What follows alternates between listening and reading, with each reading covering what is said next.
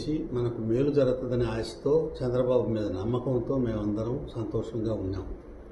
అటువంటి గూడూరు ప్రజలు, పేద ప్రజలు అందరికీ యొక్క హృదయాల మీద, ఆలోచన మీద ఆశ నిపాతమైనటువంటి వార్తను వీళ్ళు సెలవిచ్చారు. ఇది ఏమాత్రం హర్షణీయమైనటువంటి విషయం కాదు. ఇచ్చిన మాట నిలబెట్టుకోవాలనేటువంటి విషయంలో కూడా వాళ్లకు చిత్తశుద్ధి లేకపోతే ఇది ఏంది, ఎక్కడికి పోతున్నాము, ఎట్లా ఉన్నాము? జగన్ చేసినటువంటి నిర్ణయమే అది ఆలోచనారహితమైనటువంటి నిర్ణయం. గూడూరు ప్రాంతం, నెల్లూరు అవిభాజ్యమైనటువంటిది. గూడూరే కాకుండా సూలూరుపేట, వెంకటగిరి అంతా కూడా అనేక రకమైనటువంటి భాషా రీత్యా, సాహిత్య రీత్యా అనేక విషయాల్లో కూడా సంబంధం అవిభాజ్యమైనటువంటి అనురాగ బంధాలు ఉన్నటువంటి ఈ దక్షిణ ప్రాంతమైనటువంటి నెల్లూరు జిల్లాలో ఉన్నటువంటి నియోజకవర్గాలను విడగొట్టేటువంటి నిర్ణయమే జగన్ చేసిన మొదటి తప్పు. సరే, దాన్ని ఎట్లప్పుడు పొరపాటు జరిగిందో మళ్ళీ సర్దిద్దాను అని అన్న విషయం మీద అందరం ఆశతో ఉంటే వీళ్ళందరూ కలిసి ఇప్పుడు అయ్యోని జీవి కోతిని చేసినట్టు చేశారు. దీన్ని ఇక్కడ మనకు ఇది ఏమాత్రం చంతమైనటువంటి విషయం కాదు. ఆ ప్రాంతంలో ఉన్నటువంటి ప్రజలు దీనావస్థ, వాళ్ళు చెప్పుకోలేనటువంటి బాధ అనన్య సామాన్యం. దీన్ని దృష్టిలో పెట్టుకోండి. ప్రతిదీ తిరుపతికి పోవాలంటే 120 కిలోమీటర్లు సామాన్యుడు పోగలడా? అక్కడ ఒక రోజు పని అవుతుందా? ఒక రోజుకి అయ్యే పరిస్థితి లేనప్పుడు అక్కడ ఉండి వాళ్ళు మళ్ళీ అక్కడ వండుకున్న వస్తువులు ఎట్లా తట్టుకోగలరు? ఇదేమిటి?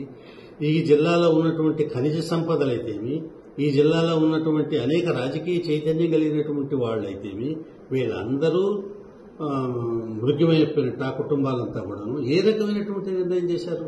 గూడూరు ప్రాంతం ఏం చైతన్యరహితమైనటువంటి ప్రాంతమా? చరిత్ర కలిగిన ప్రాంతమా? ప్రజలకు తెలియదా? మీకు తెలియదా? ఇక్కడ ఎటువంటి పోరాటాలు చేశారు? ఆంధ్ర రాష్ట్రంలో ఉన్నటువంటి ముల్కీ నిబంధనలకు వ్యతిరేకంగా శ్రీనివాసరెడ్డి ఎమ్మెల్యే అయినటువంటి తన ప్రభావాన్ని నిలుపుకుంటూ మొట్టమొదటి గూడూరులో సమావేశం పెట్టి రాష్ట్రం మొత్తం దిగ్విజయంగా సాగించిన ఘనత తెలియదా? సామాన్య కుటుంబంలో నుంచి వచ్చినటువంటి జనార్దన్ రెడ్డి కూడా అనేక రకాలుగా అక్కడ తన అంచెలంచెలుగా ఎదిగి ముఖ్యమంత్రి స్థానాన్ని అయిపోయి ఢిల్లీ కేంద్రంలో కూడా పలుకుబడి తెచ్చి ఈ ప్రాంతానికి గౌరవాన్ని ఇవన్నీ తెచ్చినటువంటి ప్రాంతం కాదా? పనబా కిష్టయ్య లాంటి వాళ్ళు, పనబా లక్ష్మి లాంటి వాళ్ళు కూడా వాళ్ళ స్వశక్తితో వాళ్ళు పైకొచ్చి ఇక్కడ ప్రభావాన్ని నిలుపుకుంటూ ఇక్కడ ప్రజలకు మేలు చేస్తూ ఉన్నటువంటి విషయం నచ్చారా? ఇక్కడ ఉన్నటువంటి పుచ్చలపల్లి పెంచలే కానిటువంటి వాళ్ళంతా కూడా నిజాయితీగా ఎంత పనిచేశారు? దుర్గాప్రసాద్ గాని, లేకపోతే పట్ట ప్రకాష్ గాని, ఈ ప్రాంతంలో ఓరేపల్లి వెంకటసుబ్బయ్య గాని, వీళ్ళందరూ కూడా ఎంతమంది ఎట్లా పనిచేశారు?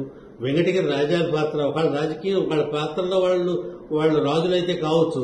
ఈ ప్రాంతంలో ఉన్నటువంటి వాళ్ళ సంపద, వాళ్ళు చేసినటువంటి త్యాగాలు కూడా చిన్నవి కాదు కదా. విఆర్ కాలేజ్ స్థలం ఇచ్చినట్టయితే మనకు ఇక్కడ దొరవారి సత్ర ప్రాంత నిర్మాణానికి కూడా వాళ్ళ ప్రాంతం వాళ్ళు చేసినటువంటి సేవే. అయితే జమీందారీ వ్యవస్థ మీద ఎదుర్కొన్నటువంటి బద్దిపూడి వెంకటనారాయణ రెడ్డి గారు కూడా వాళ్ళు కూడా ఈ జిల్లాలో, ఈ ప్రాంతంలో వాళ్లే, రాజకీయ పోరాట పట్టిన కలిగినటువంటి వాళ్లే. ఇంతమందికి ఘనత వహించినటువంటి ఈ ప్రాంతాన్ని నిర్వీర్యం చేసి వీళ్ళని ఏ రకమైనటువంటి వీళ్ళకి ప్రాచుర్యం లేనటువంటి కుటుంబాలుగా, స్థానాలుగా పరిగణించి నిర్ణయాలు చేయడం, ఆడుకోవడం ఒక ఈ ప్రాంతీయ పార్టీలకే చెల్లిందా? ఇది న్యాయమా? వీళ్ళు చేసే నిర్ణయాలు ఒకరు చేసిన తప్పు సరి చేస్తారంటే ఇంకొకరు దానికి ఒక వంకర అన్నట్టుగానే చేశారు, కానీ ఏమన్నా చేశారా? ఎంతవరకు న్యాయం ఇది? భావ్యమా?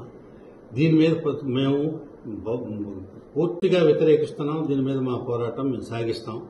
మేము దీని పట్ల ఏ రకమైనటువంటి ఆలోచన లేదు. ప్రజలకు ఉన్న విషయాలు చెప్పుకొని, ప్రజల యొక్క కష్ట సుఖాలు తీసుకొని మేము ముందుకు పోతాం. మాకు ఈ విషయంలో అందరూ కూడా సహకరించాలని కోరుకుంటున్నాం. లేకపోతే కలువాయి ప్రాంతం ఉన్నటువంటిది అదేను, లేకపోతే రాపూర్ని, ఇవన్నీ కూడా తీసుకొచ్చి తిరుపతి జిల్లాలో కలుపుతారా? ఏం వాళ్ళు అక్కడ ప్రజలు 150 కిలోమీటర్స్ రావడం ఏమిటి? మీ నిర్ణయం, మీ ఆలోచన పరిధి ఏంటి? ఒక తప్పు చేస్తే ఆ పుండుని మీరు గెలకతారా? పుండు మానేస్తారా? ఏది మీరు చేసింది? పుండు పెట్టే పని ఒక ఆయన చేస్తే, పుండుని గెలికే పని ఇంకొకరు చేస్తే ఇది సమాజానికి న్యాయమా? ఇది పద్ధతేనా? ఈ విషయాన్ని మేము పూర్తిగా ఖండిస్తున్నాము. కూటమి పేరుతో చెప్పి, లేకపోతే ఇంకొక రాజకీయ దీంతో చెప్పడం కాదు. కూటమిలో కూడా నాయకులు ఉన్నారు, పెద్దవాళ్ళు ఉన్నారు, మేము వాళ్ళందరినీ గమనిస్తాం. స్థానికమైనటువంటి విషయం కాబట్టి, మా ప్రాంతం విషయాలు వాళ్ళకి తెలియదు కాబట్టి, మా విషయం తెలియకుండా మోగముద్దాలు మేము ఉండదలుచుకోలేదు. విషయాన్ని అందరి దృష్టికి చేరదలుచుకున్నాం. పెద్దలు, కూటమి నాయకులు కూడా గుర్తించాలి. మా పార్టీలో నాయకులు కానీ అందరూ కూడా గుర్తించి, ఈ బాధ అనేది వాళ్ళు గుర్తించి మాకు న్యాయం చేసి, నెంబర్ 1గా మేము కోరేటువంటి కోరిక గూడూరు జిల్లాకు ఇవ్వమని. లేని పక్షంలో ముంతపోయిన చెంబు దక్కింది అన్నట్టుగా నియోజకవర్గాన్ని ఇవ్వండి. మాకున్నటువంటి అవిభాజ్యమైనటువంటి అనుబంధం అన్ని వెంకటగిరి చెందుతూకుండా వెంకటగిరి వాళ్ళు కూడా వాళ్ళు తక్కువ పని చేయలేదు. మద్రాసులో స్టాన్లీ హాస్పిటల్ స్థానానికి వాళ్ళు దానం చేశారు. జిమ్కా గ్రౌండ్కి వాళ్ళు దానం చేశారు. అట్లనే విదేశ్ క్లబ్కి వీళ్ళను బొబ్బిల్ రాజా కలిపి మెడ్రాసులో వాళ్ళు అక్కడ స్థలం దానం చేశారు. అనన్యమైనటువంటి పాత్రలు పోషించినటువంటి ప్రాంతం